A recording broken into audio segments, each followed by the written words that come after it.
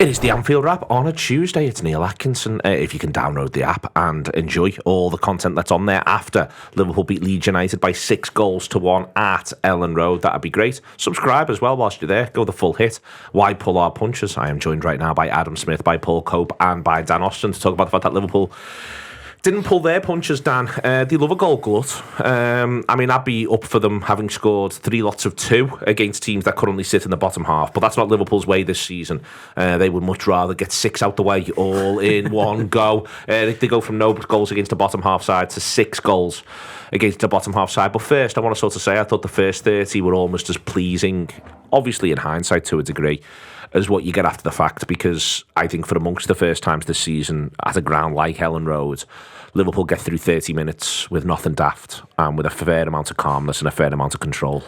Yeah, very little happened. There was the free kick from which Rodrigo had a header and he probably should have done better with. And he probably was offside, but it wasn't clear. It wasn't given in the ground, I don't think, and then there's no need to look at it. So that was the only thing where you felt anything, actually, probably, I would say. There was little thrill and there was little peril, and that was fine, given that in an awful lot of these games that Liverpool have played in, i.e. I was at Forest, plenty of the other ones, Bournemouth, they've conceded in either the first half or the start of the second, and it just felt awful from then on. So the fact that they were able to do the sensible stuff early, and then once they felt like they'd settled the crowd down and kind of taken any early belief that Leeds may have had about themselves away, then they were able to relax a little bit and play their own stuff higher up the pitch, and that felt like it made a significant difference to them psychologically, really, more than anything. I'm sure that they were capable of playing that well against Bournemouth, and they were capable of playing that well against Nottingham Forest. But this time they just seemed like they were doing things differently in their own minds more than anything. Well, just the idea of, again, it's an unfashionable virtue, but it's a virtue that Liverpool sides under this manager have had, that Manchester City sides have, that you see good sides have. I saw some of Manchester United at Forest. I didn't think they were even that controlled. But there is a virtue to playing your way in, and it is a virtue that Liverpool have really not had at times this season, especially away from home. And there, I just thought against Leeds, they score early against Villa, they score early against Newcastle, they score relatively early against Tottenham. This one, they don't do any of those things. They just play the way in, and they've been the best ones. This one, they play the way in, and then the game goes the way it goes. I think that the key thing to that as well, I've not seen any statistic on this, so it may not be true, but it felt like it in the ground. The ball was in play almost all the time, and even when Liverpool felt like they were getting towards the edge of the penalty area, and loads of people in the end, for example, were crying for a ball to be put in a box or a shot to be taken or whatever. The fella next to me in the ground, this is no word of a lie. And if you listen to that sound, because we had a nice chat in the end, the fella next to me in the ground was absolutely obsessed. He should be shooting from the halfway line, like it was only talked about for the first 15, because Meslier does take a really high position off his line, to be fair. So he was like, so if you take one, you'll force him back. Oh, literally? But I thought you were exaggerating. No, this wasn't like a joke. This was like shoot from the centre circle. Like, they should have a shot there. Van Dijk should shoot now. But he wouldn't leave it alone. As I say, he was a nice fella, and he just was desperate for Liverpool to win. But he just would not get off this idea of do that. And there was a bit of that in the away end at times. They did the exact opposite. Yeah. I.e. sometimes they were in the box 10 yards from goal and it would get shifted back out and go left to right again. But it was the right thing to do, because it gave them no rest.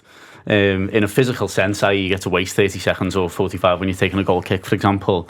But also from a mental point of view for them, they've always got to be concentrating on, right, the ball's getting moved to the right again, we've all got to shuffle across, we've all got to hold the line, where's Alexander-Arnold gone, who's on hit, all that sort of stuff. And I think that just made the game easier for Liverpool as it went on, and that's something that in previous equivalent fixtures against sides lower down the table, I don't think they've done. I think they've relatively early on, from an attacking point of view, looked quite panicked, i.e. we really need to score the first goal here, so let's try and force it.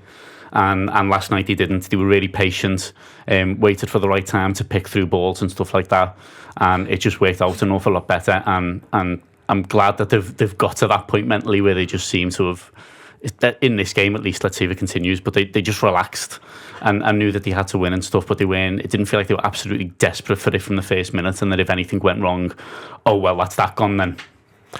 The explosion, when it does come, though, Paul, again, for me, it's back to picking your moments. You're quiet in the crowd, you've got through the awkward stuff, you've played your way in, and then there is just an opportunity, and it's a slightly fortuitous opportunity, because for me, for all the world, when I went down at half time and saw it on the cameras and post, it does just look like handball that comes off his hand, and he's But they explode into that. They explode into making it 2 quite quickly. You see the same thing after there's the mistake we'll come on to, but it goes 3 and then they explode into making it 4, going from one end of the pitch from the other. The idea of them being able to be both controlled and explosive is something that I think's been missing this season. I think they're being able to be one or the other at times. I think the United 7-0, the 6 goals in the second half, to me just feels like one continuous explosion on the one hand. But the idea of them being able to show across 90 minutes that they can be controlled, but they can also be explosive was great to see. And when the explosion comes, it is excellent football. Yeah, I think there's loads in it because it goes back into the usual thing of there's lots of moving parts in football, and a lot of the time we don't want to look at those moving parts because we like to focus on certain dramatic things. But even when you're talking about the first half being composed and calm, it's only composed and calm because we then had the explosion and scored 6 goals. If we have that first half an hour and then go on to lose the game or draw the game, that isn't a composed and calm first half hour. That isn't when you're watching the game and you're watching people on Twitter at home talking about it, that's not how people are describing it as you're watching it. No one's there going, oh, this is just composed and calm by Liverpool. Everyone's saying this is just slow and we're not doing anything and we're not forcing it enough. And the other side of that, which I mean, if you look at it from the other side, if you're a Leeds fan, I think you're absolutely furious with your team. You've got Liverpool on a Monday night at home. This is a Liverpool team that even Carragher on TV is saying struggles with intensity, with the other side playing with intensity, and they don't come at us with anything. To enable us to be that sort of slow and controlled in the first half hour is a sin, as far as I'm concerned, for them, but I couldn't care less about them. And then you've got the first goal. We get a lucky break. And that's something that hasn't happened a lot this year. A lot's gone against us this year. A lot of times that handball will be given against us.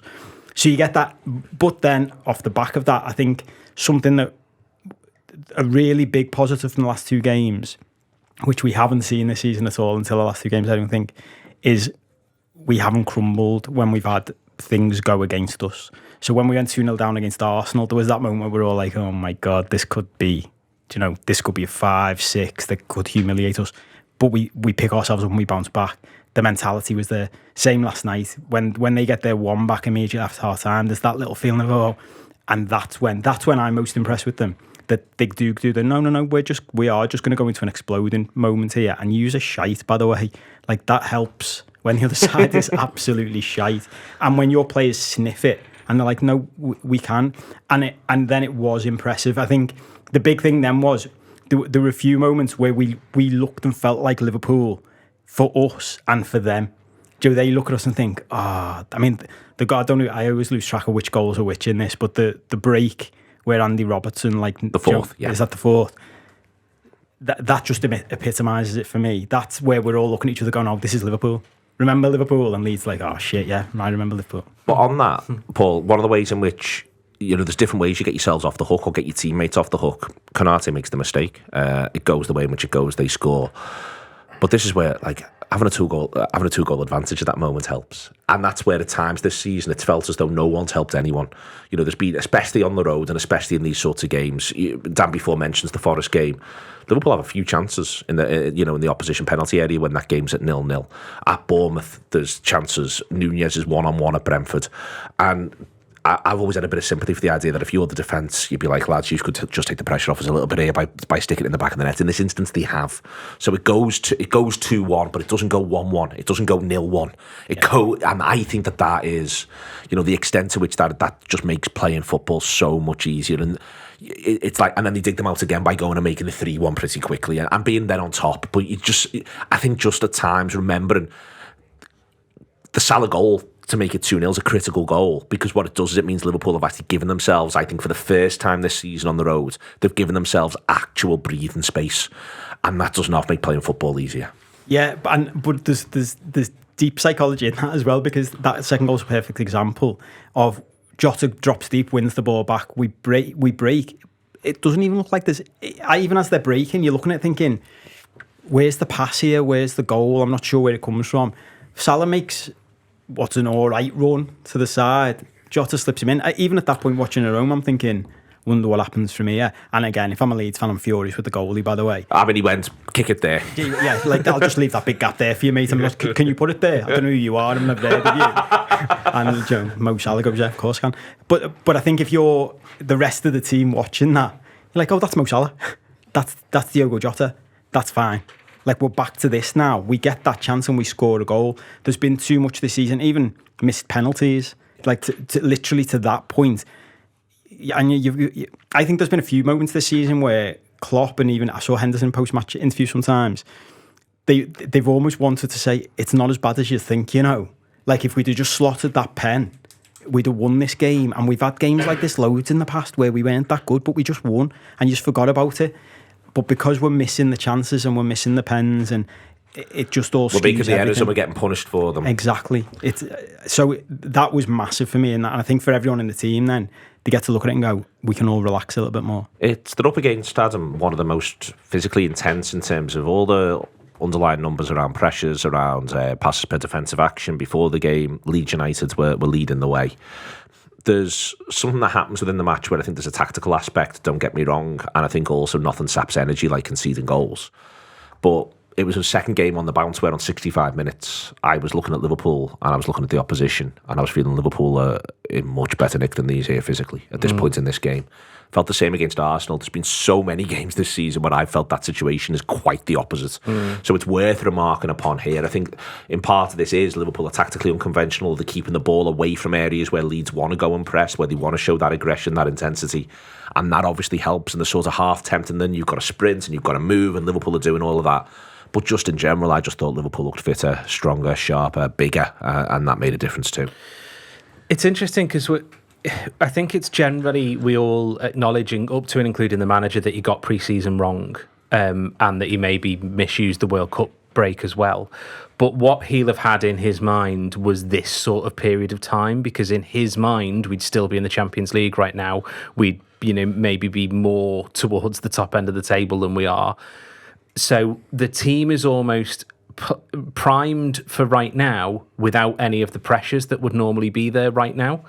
So I'm almost, whereas, certainly when you look at Arsenal, well, they've been playing Europa League and they've had the stresses and strains of the title race going on. So I'm almost not surprised with that. With Leeds, I think there's two things. I think one, as you say, yes, they're all of those things in terms of how much effort they put into matches, which is a kind of hangover from Bielsa. That's how he drilled them to run that much, and all, and most of them will still have that in them.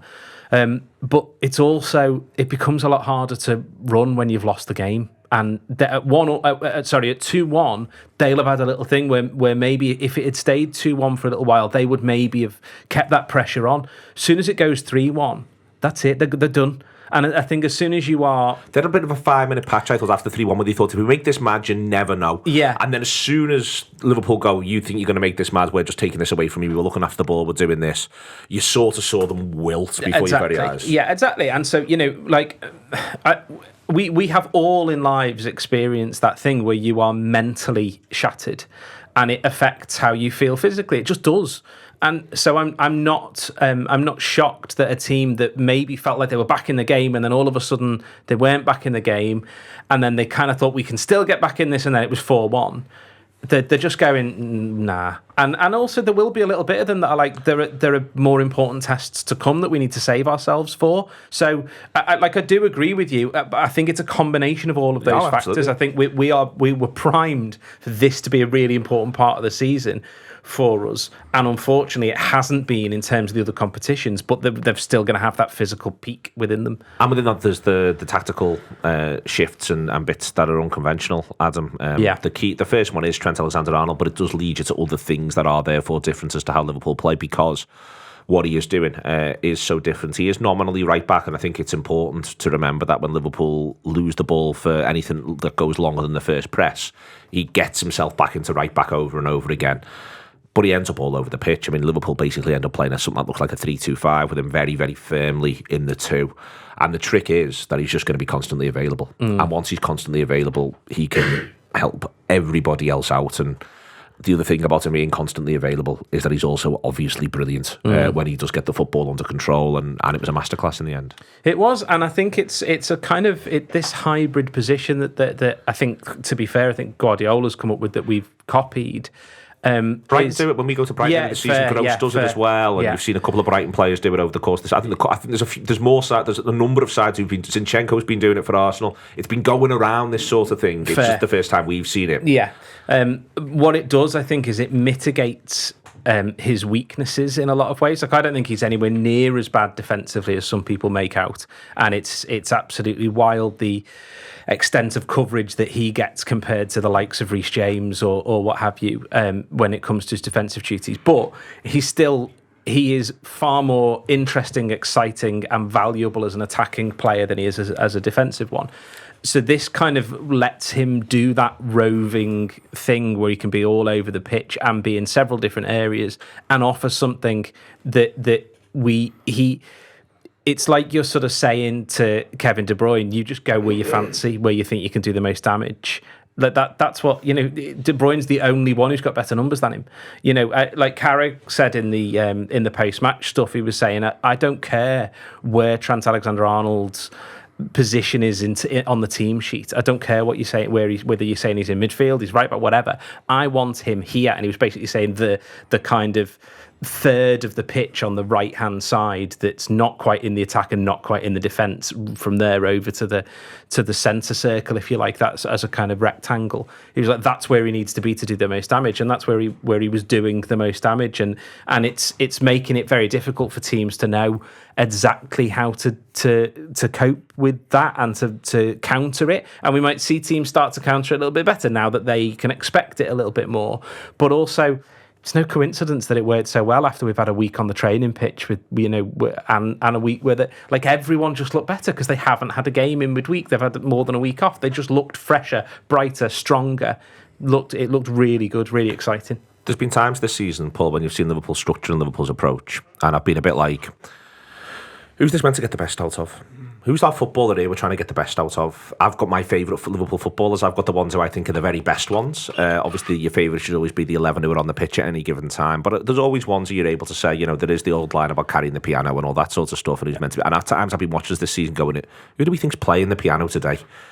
The thing about yesterday, and Trent Alexander-Arnold is example number one, to be clear. But there's a lot to be said for building a team that gets the best out of your best players. And that is, for me, the major takeaway from what you've seen against Arsenal, especially from the 40-minute mark onwards, and now what you've seen against Leeds. Liverpool's system gets the best out of their best players. The first one is Trent Alexander-Arnold, because there's something to be said that if you're getting the best out of him, he can help you get the best out of the next 2, 3, 4, all the way down the line. And seeing that, to me, the system getting the best out of the best players is the thing that I just want to see week in, week out more than anything else. Yeah, I think that's spot on. And I've realised over the past week I'm developing an obsession and a bee in my bonnet about Trent now, and I might even start a campaign. And you can do that thing with the petition for government. Is it you need 100,000 signatures to get it debated in Parliament? Yeah, you've got to go through it. I might just do that as well. Just get all them knobheads to debate it as well and see what they've got to say about it. But because I'm with Adam completely, I'm with you on this, but Joe, to take that analogy further, the problem we've got with all of this, and I heard Carragher say that thing about don't care where he is on the team sheet as long as he's...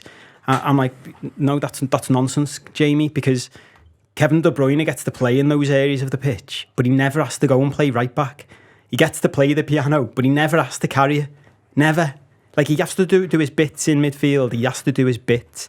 But the fact that this lad has to still go back from midfield and do right back sometimes, for me, is just crazy. Especially if you tie it into the Bellingham thing. If we're not going to buy Bellingham, we keep using this phrase about Jude Bellingham and generational talent. I think everyone agrees on that. Well, I tell you what, we've already got a generational talent, and he's won everything there is to win.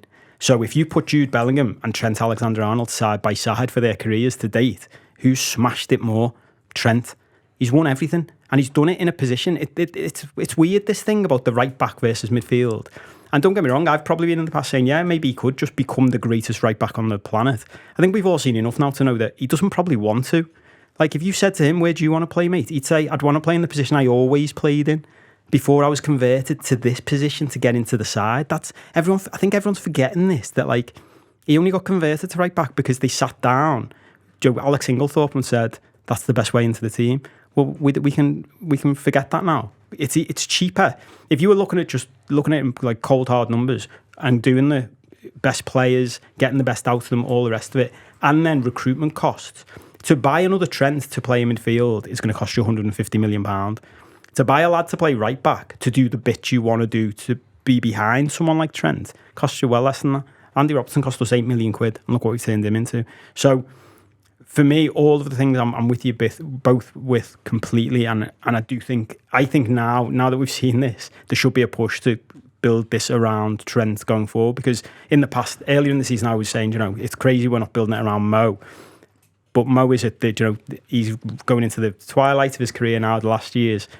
This side and this squad could be built around Trent for 10 years here. When you're in an away end, you don't see like every kick of the ball. You might be talking to like whoever's next to you, or someone's letting on to you, or just distracted by whatever. And every time I wasn't looking at the match and then looked back at it, there were 22 men on the pitch at any given moment, and every time I look back on the pitch, Alexander-Arnold's had the ball. It felt like, or he was just about to get it, just available all the time. And what I thought was really interesting was the first goal and the sixth goal. So he gets an assist for both of them, but the first one is a right back's assist, and the last one is a centre mid's assist in terms of the way he moves up the pitch in there, where he stood, and the type of pass that he plays. And I think it was really interesting to see that he did both in the same game, whilst, as you're saying, also getting on the cover and stuff like that. I think also, I haven't actually seen their goal back, but I think that might have been one of the very early days flaws of it, in the Konate hasn't got the ball that normally he thinks he's got. Normally, he's got a pass to his right that's really easy. He knocks it 5 yards, and I think he might have gone, shit, he's not there. I forgot for a moment, and suddenly someone's on top of him. But that's the kind of teething issue that they'll get over if he's going to be doing this kind of hybrid thing of both at the same time. One of the things that I was, you were talking about the impact on everybody else. One of the things that I was sort of wondering whether it would get the best out of some other people was Salah, and I was thinking it in like the first 15 or 20 last night, because he's more narrow, and because Robertson's getting forward less, still to an extent, but definitely less. It means that the wide forwards have got to stay wider than I think they would have been, say, like 2 or 3 years ago when Liverpool were brilliant. And I like it when Mohamed Salah's near the goal, but he then scored 2.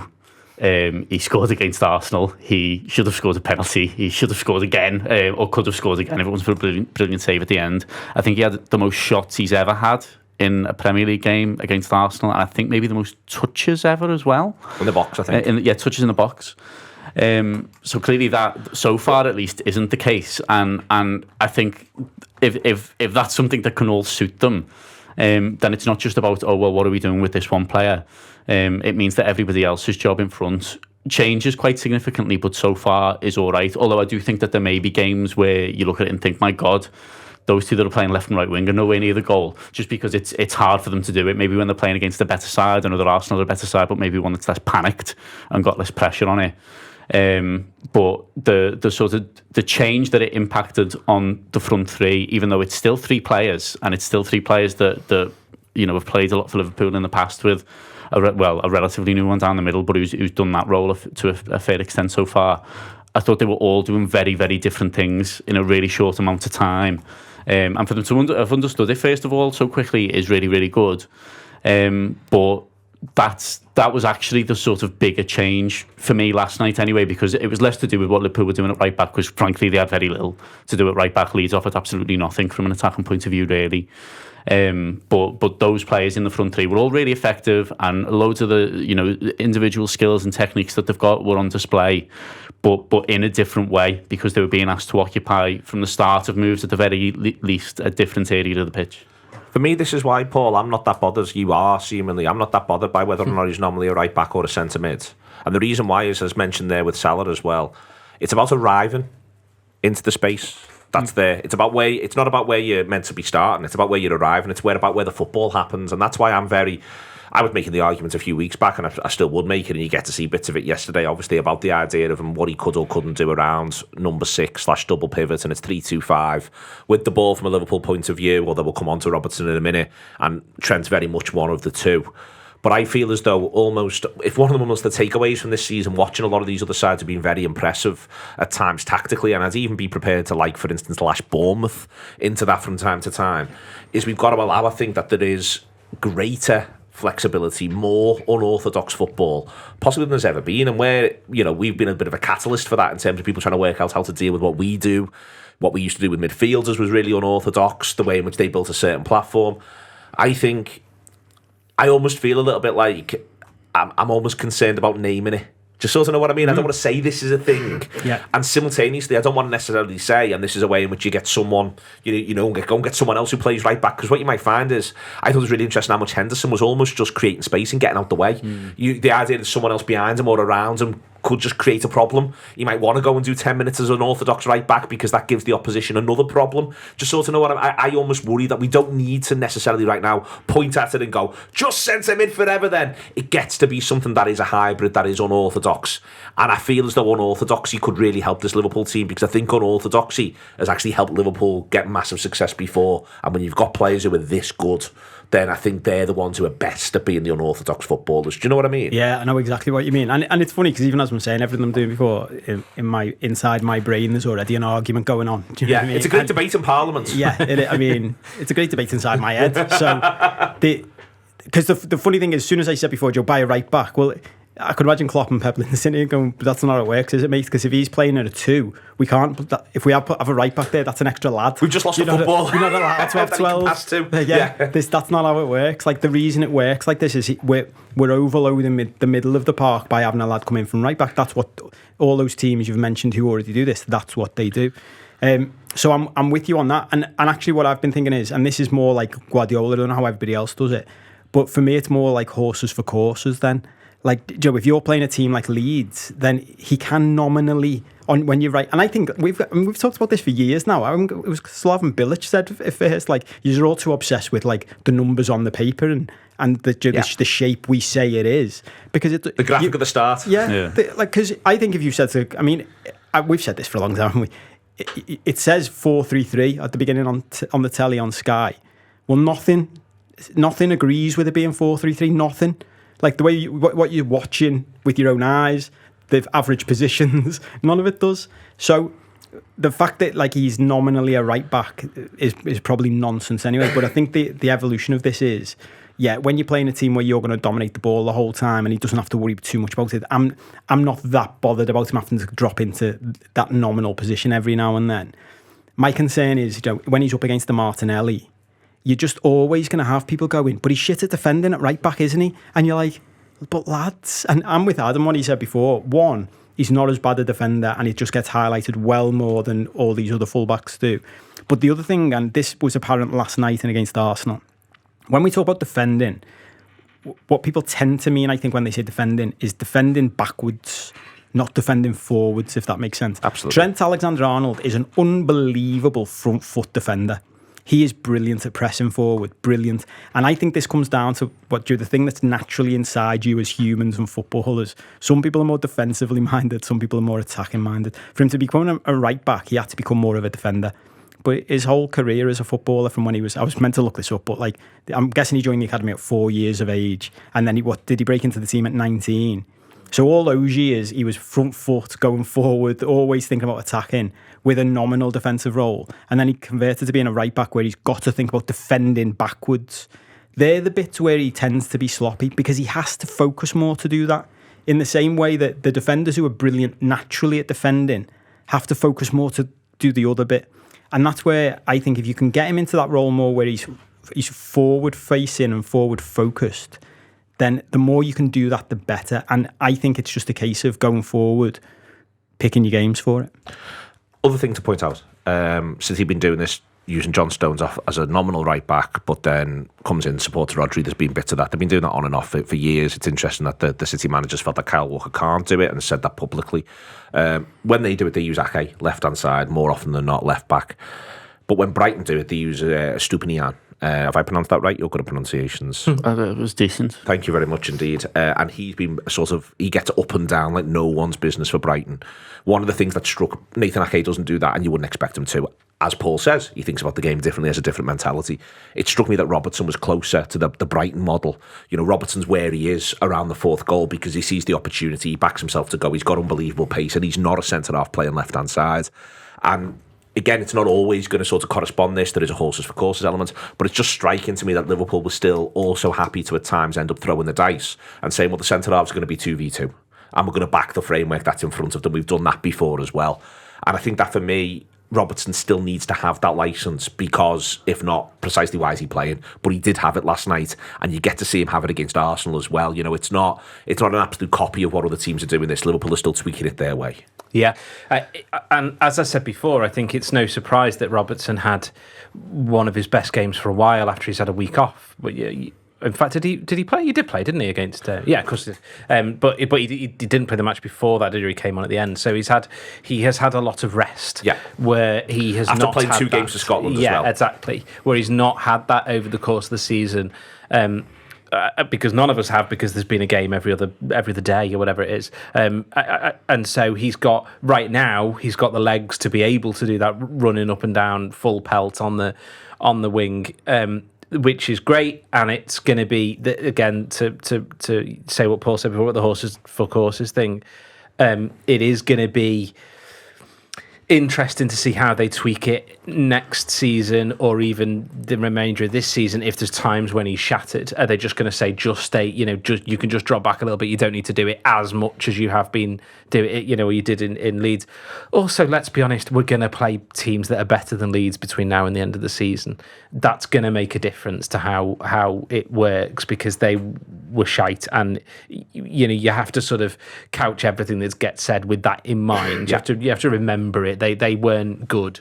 And they also didn't have a plan for what Liverpool were doing. You see what I mean? They didn't go, well, this is where the spaces will be. If they tried this little clever thing to do it here, and they're putting Robertson there, then the space there, you'll exploit that. The space here, you exploit that. They didn't have the playbook because they've not had the opportunity to get one. No, exactly. My Leeds supporting mate Nick was saying that in his Javi Gracia, is it, has done is made them more solid. Like, that's been he's built it off a solid base, really. Well, that fell apart really, pretty much before the first half was over.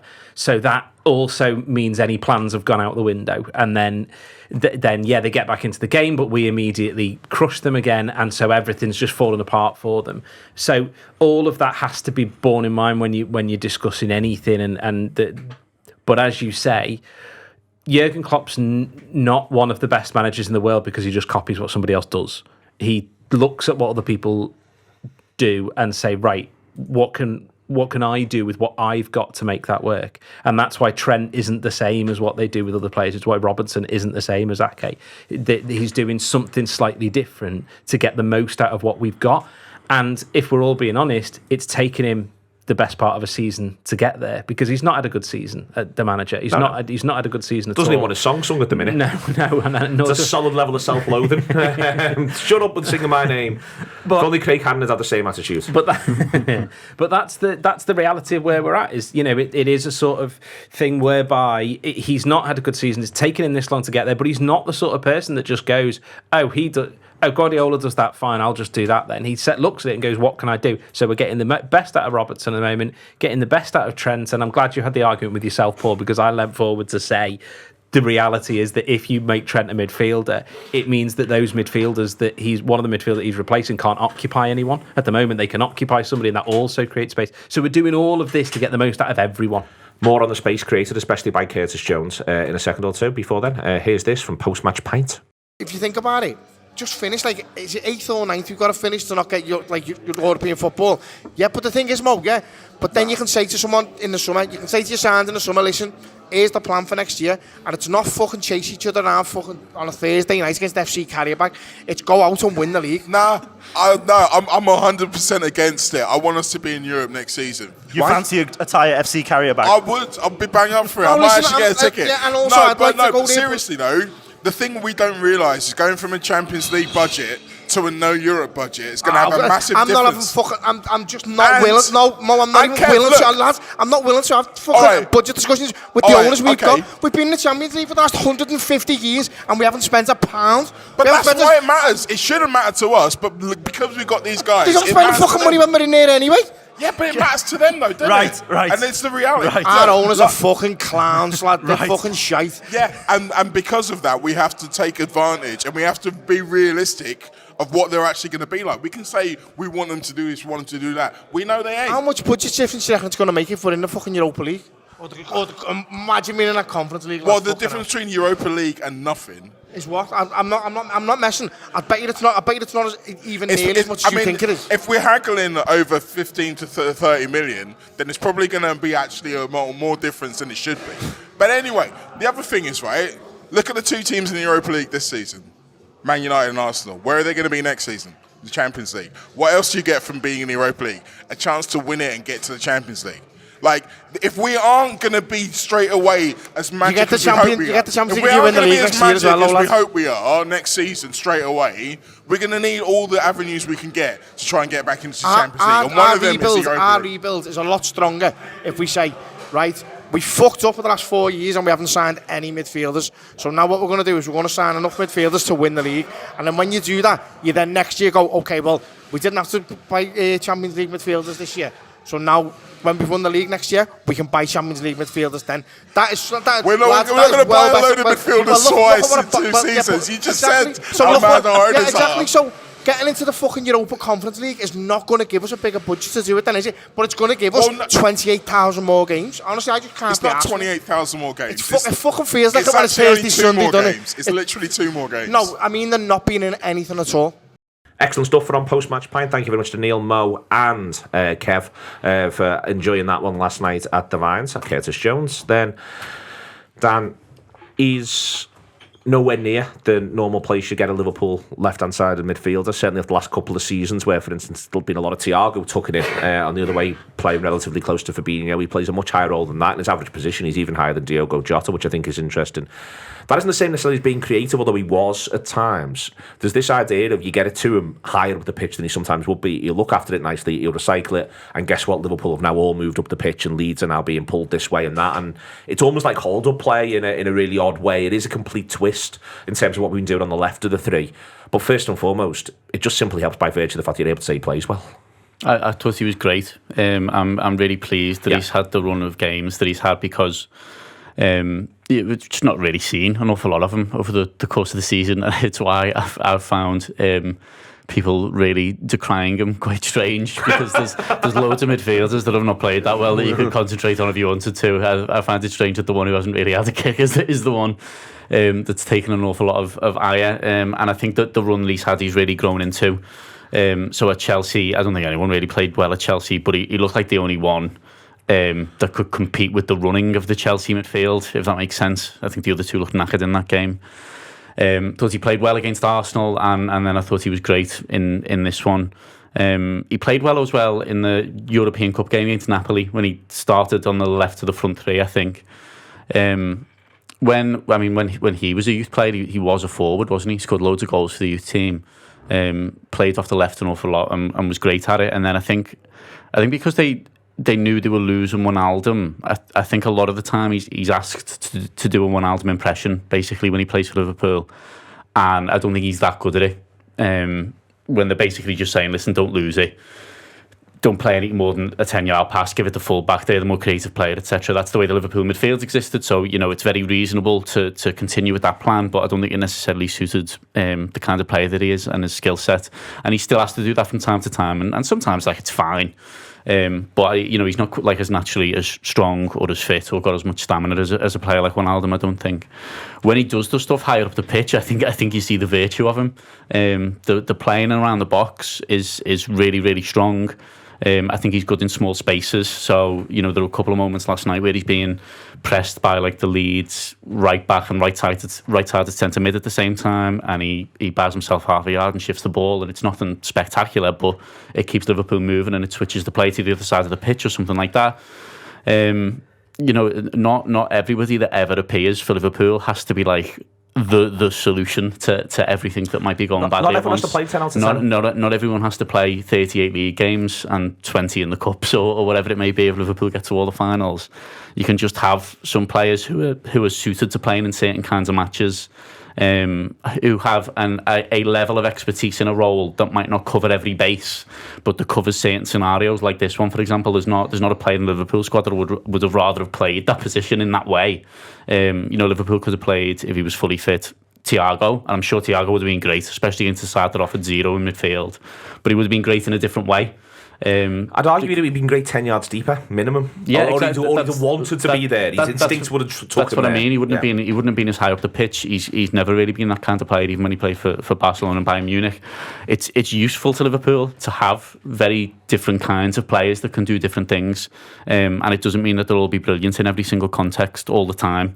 But I really think he showed his virtue. I thought he was great. Looked just really calm in possession all the time, never flustered by a tackle or anything like that, and just looked like an adult playing with Liverpool. If you were watching it, and someone said to you, "Oh, there's one of these players here who's quite a bit younger than some of the others, and who an awful lot of people just slate all the time," you wouldn't have picked him out, because you said he looks like everyone else. He looks just as comfortable. He looks just as confident in his own ability. And the manager likes him. The manager has started him against Manchester City before. He started him in plenty of European Cup games before. I think if he'd have maybe had a better fitness record this season, maybe he would have played quite a bit more. I'm not sure. You've seen the extent to which he's just decided that Elliott, for example, this season is his man, and he's played pretty much every game until this last little run when he got his own injury. So it doesn't mean that Liverpool suddenly need to sign zero midfielders or that everything's fixed in that department because one lad's had a decent run of 3 games. But it does mean that it doesn't have to be the sky is falling down with every single individual, especially when they've not actually played that much and you've not seen them for various different reasons. I hope he takes a lot from it, and I hope he just continues to play. I really want him to play on Saturday again and have a good game. He'll have an awful lot of the ball again. And unless something happens either with an injury or with Liverpool not playing as well or whatever, or trying something different, I'd just like to see him get the majority of this run now to the end of the season, because he's doing an awful lot better than what's been done there for the majority of the campaign. He's excellent for the third, Adam. It's a crucial goal. He shoves all the way across the pitch. It's worth saying that Liverpool I think Leeds are being happy to take a gamble on leaving Jota 1-on-1 in order to change it a little bit second half, and Liverpool go, great, we'll have a go at that. Let's see how that goes for you.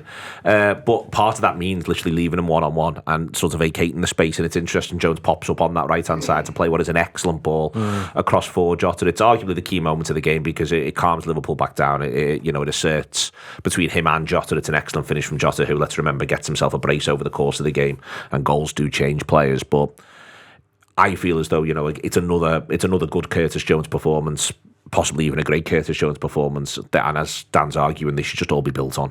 Yeah, and I think too many people expect too much of too many players, just generally across the board. And I think when the team is not functioning, as it clearly has not been functioning very well this season, that then means that players are expected to do even better than they were before, or blamed even more than they should be.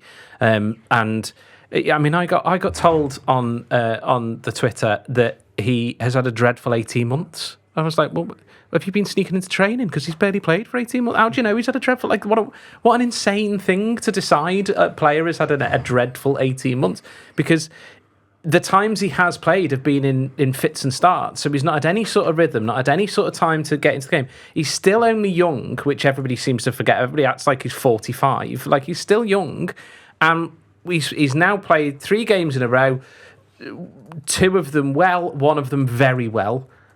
That's really good for what is a squad player. That's really good, and the ball for that third is inch perfect. I mean, it's inch perfect. Like, it just doesn't. Jota doesn't really need to do anything special with it whatsoever because it's absolutely laid on a plate for him.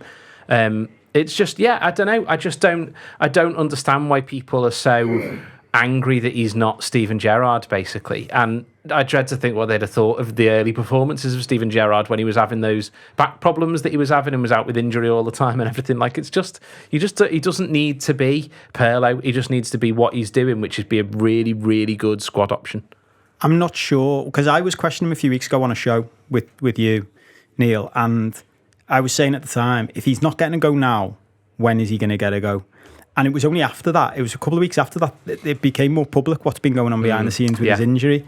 And Joe, he said himself, like, I've got this weird injury where, like, I've got to rest every fourth day. And if that fourth day is like the day before or the day of a game, I just can't play the game. And I think the club's done him no favours in sort of keeping that quiet. I think we'd have all been better off knowing that was going on, because Joe, for me, and I really like Curtis Jones, and I think going back to Joe, the manager's had a bad season, and I'm glad more like people are reasonably accepting that without getting on his back. I think go back to the start of his season and the arguments inside his head, like he literally started doing them out loud. Do I need midfielders? Don't I need midfielders? I don't know. And I think if you said to him, reflecting on the season, what's one of the biggest problems you've had, he'd have said Curtis Jones. He just said, coming into this season, I love Curtis Jones. He's great. If I've got a fully fit Curtis Jones all season, I don't need to buy a new one, because look at him. Look how. And go back to this example we often use, which is, imagine if you'd bought that lad for 40 million and he plays that pass last night and has that performance. Gutman said next to me in the match, and it's always worth it. Like, Rob's often very sensible in the game, although I'm often mean. But he said to me in the match, if this was Gravenberch's debut, everyone would be pairing. Yeah, everyone would be. That's exactly the point, isn't it? They with that pass, it would be on a show reel, wouldn't it? But the problem was, we've had another injury hit season with him, and it's been kept quiet for whatever reason. I don't know why. They might not have known it until relatively recently. That's the sort of the tone I got from it. Especially in a weird injury as well. It's not even one they can point to. Yeah. And I just think, like, I think everyone on the table probably agrees with what Dan was saying. I'd keep him in if he can stay fit and keep up these type of performances. He's an unbelievable squad player to have. I want to talk about Jota with you, Paul. I think there's the same thing happened with Gakpo earlier this season, where I was thinking, God, I thought Gakpo would be a bit quicker, and then he scored. And there's a really funny thing that happens with Jota, where I've been thinking, Jota looks just like he might have just lost a little bit of pace, but worried about him post this injury. And then it isn't just even that he scores, it's that he sets up Salah for the one that makes it 2-0, and then he looked like he's gone up a bit here. And then he scores, and then you're like, he's gone up again. And it's not just my perception. I genuinely felt as though, it felt like the same thing with Gakpo earlier this season. It's not just this idea that goals change games, it's the idea that goals change players. And I think players who see themselves as forwards, I've had the same argument with Firmino in the past when the manager said, I'm all right with him not scoring. I've always felt a bit like, well, you might be Jurgen, but he's not. He wears number 9. He feels like part of my things, I should stick the ball in the back of the net. Diogo Jota feels like I should be sticking the ball in the back of the net. And I just thought he was able to look like a bright... He's excellent for the third and fifth, don't get me wrong, but he's able to look like a brighter footballer off the back of the fact he's able to go, yeah, I'm contributing. Now, this is me contributing. I've set one up and I've scored 2. I'm contributing to all of this now, and I thought it looked like it made a world of difference. Yeah, well, it's funny, isn't it? We literally have a saying, like, he's got a spring in his step. Yeah. Like, it goes back to what Adam said before. It's something that's blowing my mind watching... Carragher did it again on telly last night, and Klopp's been doing it. People are like, it's just an absolute... It's just a puzzle as to why these footballers can sometimes be brilliant and sometimes not be. And I'm like, nobody thinking about psychology at all. No, like at the highest level of football, seemingly this is still a mystery to even the top managers. And I said it in an article the other week. It's no different to, back in the era with Shankly and all them, and they were the greatest. They just didn't think about nutrition. It just wasn't a thing yet. And then one manager comes in and makes it a big deal, and all of a sudden everyone's got to do it. In the next few years, someone's going to get onto the fact that it shouldn't be optional for footballers to have sessions with a psychologist and to be able to talk through what's going on for them, because this is a thing for elite sports at any level. I've always said about golf. I remember having an argument with one of our mates once about golfers, and it was like, don't think all of these lads can sink 10-foot putts every day of the week on the practice green. The problem is, like, for the last putt to win the Masters, it's in your head. You're just playing against yourself at this point. And you literally see that happen with footballers. It's not a mystery. He scores a goal and he gets that spring in his step again. And it goes back to what Adam said before. We've all experienced this in normal life. Sometimes you feel good, and when you feel good, you're physically better. What's that interesting? The footballers themselves know it. Salah went out of his way, and Salah's dead interesting, I think, is a case study on this. After Jota scores, Salah's going out of his way to go. That was him. He won that and he played the pass to me. He was going out of his way to go, you did that. And Salah wants to win. He wants to win more than anything. He wants Diogo Jota to set him up 20 times a game so he can stick it into the back of the net more than anything. He wants to feel like he's contributing to a victorious Liverpool team. And it was as though he was just making a point of, you're really good. Yeah. You've been really good there. Does everyone know he was really good? And you see that, you've seen players do that for years, because players themselves know, I want this fella to feel better about himself, because if he does, we're all more likely to succeed. Yeah, well, because he knows it happens to him as well, doesn't he? That thing, and he knows when that's happening to him, he needs someone to go to him. Your boss, you know. Remember how good you are. Remember you're faster than this. You can run faster than this. And all of a sudden, his brain goes, "Oh yeah, I can't I? Because I'm happy again." You get to see again from Gakpo. I thought, Dan, it's interesting. Gakpo's not. I thought I'd check the numbers and I'd see he was involved all the time, and he wasn't really. But in my mind, so much of what was really good about Liverpool and really good about Liverpool in attacking moments went through him. You know, I felt like he'd had a ton of key moments on the ball, but he scores the opener and he suddenly looks 6'4" again. He suddenly looks unbelievably quick again. He suddenly looks endlessly involved again. Even if at times it is dummy run stuff, even if it's just a little clip ball here and there, a touch here and there, putting someone under pressure here and there. It's another good performance for Gakpo. Yeah, it really was. I think the thing that I was most impressed by was just how calm he seems to always be. I mean, even his celebration for the goal, at first I thought he might have been offside because he just sort of stood in the net for a second. And then it was clear that he had scored. I just wasn't that fussed by it, apparently. But I was into that, and I thought it kind of bled through the rest of his performance as well. When he was on the ball, you know, the best example is the one that he shifts to the right for Salah. You know, any other player just hits a bit of a shit muddled shot. You know, the ball's under the feet, there's a couple of defenders in the way, probably gets blocked, maybe dribbles wide or something like that. But he had the perception of where Salah was from before the ball came in, knew exactly what he wanted to do, took his time, waited it perfectly, put it on a play for him. And I mean, again, that goalkeeper manages to make himself look tiny. Somehow, despite the fact he's quite a tall lad. Andy's just mouthing to me 6'5". We were talking about this in the car on the way back. I'm staggered by it. I just refuse to believe it. I've never seen a footballer be 12. It's like someone shooting him with a shrink ray whenever anyone's in and around the penalty area in that case, then, because he looks so small in the goal. But the movement that Gakpo was doing as well, I think was part of the reason why you feel like he's always involved, even if he's not necessarily touched the ball. When they end up playing with essentially 5 attackers for a lot of the game, or certainly 5 people around the penalty area. If one is just always shifting a centre half by not even making a particularly complicated run, but by going left or going right, it means that there's another. Say Jones is on the ball. Well, Gakpo's taking him that way. That means the space is this way. There's 2 on that side. There can only be a maximum of 2 Leeds players there now, so I can shift it there and we'll do something from there. I thought he was really key in that regard. Something that I thought was interesting as well in terms of like the shape of the whole thing was when Diaz came on. He played on the right, and I know that, you know, Núñez came on and is more likely to do the left than Firmino, so maybe it just makes sense. But in terms of, we were talking about how, you know, the Gakpo had a really important role because, yeah, the 2 midfielders are higher up and playing closer to him, but also because the starting position of the wide forwards is further wide. If Diaz is more likely to do the right hand side now, first of all, I think it makes sense because if he's starting wider and he is very predominantly right-footed, Diaz. You know, everyone always talks about last season, he would always beat someone on the inside. I think he was just beating people on his right foot more than anything, and that's the side that his right foot's on. Then maybe he's able to do that a little bit more from that position if he's going to start from over there. And maybe it means that maybe there'll be more Salah down the middle from time to time as well, if they're going to want both of them on the pitch in certain situations.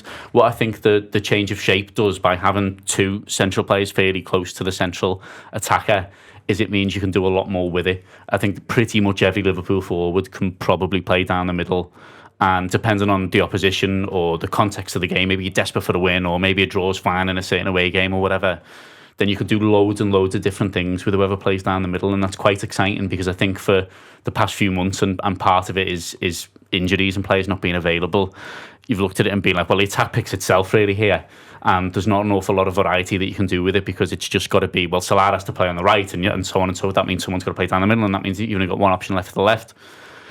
Firstly, Liverpool brought loads of forwards on. I was like, these are all good. Nice to see them. I'm happy with all of these. But it was one of my favourite substitutions of the season. Although there was the split second when I thought he was just going to bring Milner on because only Milner was ready, and I was like, come on, you can we all like a laugh? No, I was really pleased to see all of them, and they were all really pleased to get on the pitch. But I did think as well, I mean, obviously Firmino won't be there within only a few weeks now. But I did think there's like I could just see all of them doing all of these roles somehow, and that's quite exciting. And I think Gakpo was a really good example of that because of how much he was doing to make everybody else better without necessarily being involved in, you know, X attack or Y counter. The challenge to come then, it's 8 games, and you know, even if Liverpool win all 8 of them, they might not, you know, still qualify for the Champions League. But it is also the idea of 1 game at a time. Adam, I am about to obviously completely contradict myself, because it is fair to say that this season in the Premier League, if we want to do the cliche that there are no easy games, because there aren't, this is football at the highest level, there are no easy games, but there are games that are easier than others, and there are games that therefore can be ranked and quantified as the easiest ones. And Nottingham Forest at home and Southampton at home, and I've done preparation for the report later on, so I've looked into this, very much quantify themselves as the easiest 2 games any side can have over the course of the season. But it's a prelude for quite a big week. There's then the game against West Ham, there's then Tottenham, then Fulham comes thick and fast. The games, there is a bit of a run here where Liverpool are play. So they've had the time on the training ground, they've got a bit more of it. All I want to say is, at this point, and we'll get excited for the weekend as we get closer to it, I'm looking forward to seeing them at Anfield doing some of this sort of stuff against a side like Forest. And Forest did beat us earlier in the season. I know all the caveats if you're listening, I get it all. But some games do have to be said are more straightforward than others. But we should be looking upwards, not downwards. We should be looking upwards as much as humanly possible, because if you can't look upwards off the back of winning 6-1 away from home, I'm not even allowing the goal glut nonsense. Do not make a mess of this again, Liverpool, after having scored a number of goals. And if you score a number of goals against Forest, that doesn't get you off the hook against West Ham either. There's got to be a serious looking up, trying to feel good about it, trying to build momentum, if nothing else, for the idea to start next season with Paul Cope springing your step. If Liverpool had been playing as we have in the majority of seasons under Jurgen Klopp, and we were in a title race right now, we'd be looking at that run-in and going, where are we dropping points? That's what we'll be looking at, because there's no game there where you go, that's going to be a really tough game. Spurs is probably the toughest, and I think they're a bag of shit this season. I think West Ham's the toughest. Okay, fair, but I think in previous times, but West Ham, we've battered them loads of times at that weird Olympic Stadium thing now. So yes, you're right, but also no, because we've battered them loads there. So there's no game where you're looking and going, oh shit, we've got City 3 games before the end, or Arsenal now, or United away, or we've got nothing like that. Yeah, we've got something horrible at Goodison that you think exactly. It's going to be a melodrama. Really sticky game. There's none of them. Now, unfortunately, this isn't like the other seasons under Jurgen Klopp, and we've dropped points against absolute tosh, including the next opponents in Forest. So we can't look at it like that and be blasé, but they absolutely should be looking up and saying, let's just, yes, if we win 9 games in a row, we might still not get in the top 4. Well, them's the breaks, but at least we're in a good vein of form for the start of the following season. And that's what's happened every time we've done a title challenge, is we've been in good form at the end of the previous season going into the next one. But the goal glut thing's really interesting, because I was thinking, oh God, we don't want another one of them. But actually, if you say we've done it sort of 3 times this season, where we battered Rangers, battered Bournemouth and battered Manchester United, well, the Rangers one, we followed that up with a win against, I think it was Man City. Man City it was, yeah. The Bournemouth one, we followed that up with a win against Newcastle. So the only one where we haven't followed it up with a win is the United one, where we lost to Bournemouth, but that was away from home. So the other ones where we played at home the following game, we've won it. So there's no reason why the fact we've scored loads of goals now should make us all go, oh no, we've run out of goals for the next game. Like, obviously that's not the way it works. We don't work on a quota. Like, it's fine. We can just go and batter Forest, and I think Forest are about the same level as Leeds, so it might be one away from home versus Leeds at home. They're arguably worse. Forest. I mean, it's so poor. Get an early goal, or even just be calm and sensible and don't do anything stupid, and there's no reason why we shouldn't be able to batter them, really. And I think there's an interesting one. I've mentioned this before, but I'm in a WhatsApp group with a United supporter, a Leeds supporter, and a Leicester fan. And we've obviously battered United at home, battered Leeds now, when we've got Leicester to come. So we'll probably score 8 against them, because that'll just sort of fit in nicely with what's going on. The other lad's a Charlton supporter, and they lost 6-0 at the weekend. So he's irrelevant to my WhatsApp group. But I'm not worried about Forest as long as we don't do anything stupid. But the thing I've been most pleased with the last 2 games is there have been moments where we could have lost our heads, because we have at other times. Something's gone against us and we've lost our heads a little bit. Didn't lose our heads against Arsenal when they went 2-0 up. Didn't lose our heads when Leeds got back into it. I agree with you. Yes, we had a goal cushion, but there's there has been times this season where we've been in a comfortable position. Well, it wasn't a terrible 10 after it went 2-1. It wasn't like, oh God. Yeah, exactly. Yeah. So they're the things that I'm most pleased with. So I'm relatively confident going into the Forest game, all with the caveats of we've been god awful at times this season. It's a matter of managing emotions, Paul, and managing those moments. But I think also just getting the players enjoying it. One of the things I most enjoyed about Trent Alexander-Arnold's performance was he looked like he was having a ball, and I think having them try, for me at times this season, even when they've won certain games, they've just felt like, God, this is graft. I'm really having to toil here in amongst this. Liverpool didn't toil yesterday against Leeds, and it isn't just the goals. It felt to me like they suddenly looked a little bit like they were enjoying the work, and I think if the manager can keep them in that headspace for this run to come, then they can do well. It's not all going to go the way all the time, but you would think Forest at home is one where it can go the way and they can keep enjoying it. Yeah, well, that thing, I think we probably all saw it as it happened and weren't surprised at all when Klopp referenced it as favourite part of the game in the 92nd minute when 4 lads would bullying a poor Leeds lad, as Klopp referenced him. But I think that comes back to loads of stuff we've talked about and what Dan was saying before. Like, you're playing really well and then a substitution goes up and you look over and go, these lads are good, aren't they? Like, and the reality is, it is funny as you're getting older as a footy fan, isn't it, watching probably, I don't want to disparage everybody of an age group, but like when you're younger, you do tend to ride the highs and lows of football a lot more and everything's dramatic and all that. And when you're seeing all this online, all of a sudden after that performance, we're looking at it going, we're not that far away though, are we? Like, we might have made a balls up of sorting out midfield, but we've done a pretty good job of sorting out this attack, haven't we? When we had the best front three in the world to sort out, to replace. Well, when they're all fit, Jesus, who's got a better forward line than us in the league? So I think all of those feelings going in, the form of Trent, the form of Mo, these lads coming back, Jota's scored, Diaz is back, Nunes got his goal. If you're not going into that Forest game bouncing and wanting to do it again, put a load of goals past them and keep that roll going, there's something not right. And I do expect this to be a turning point now, like that. Those last, I think, as I said before, taking the knock against Arsenal, coming back, conceding that goal against Leeds and continuing forward, I think there has been a little turn here that we can keep going. Big 9. I'm still not having the big 9. The big 9.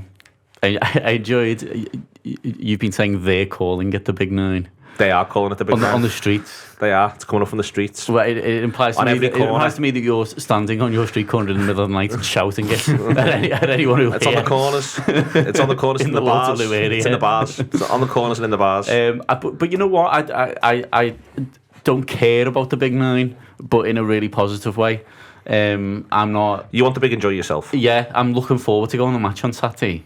And that's like the first time in a fair while, I would say. Aside from like the social stuff and everything, which I've still enjoyed across the course of the season, I'm actually looking forward to watching Liverpool play. And the main reason for that is because they look like they enjoyed themselves in the past game and a half, or slightly more than that anyway, against Arsenal. And that makes you feel better about going and about enjoying it. I don't really care about the points or anything because it's probably too late anyway. And even if it's not, then fine. But there's no point stressing about it. I care more about loads of good Liverpool players. Quite a few of them are back that we haven't seen in a while. They're doing something new and exciting, and it's gone well for a short little burst. And I'm hoping that it lasts as long as possible. But more than anything, that we just get to enjoy it. Thanks to Dan, thanks to Paul, thanks to Adam in the background looking after the cameras for the YouTube. We've got Ash, thank you very much to him, and Andy Heaton for producing all the sounds that you've heard all the way through this podcast. Liverpool, keep enjoying yourselves.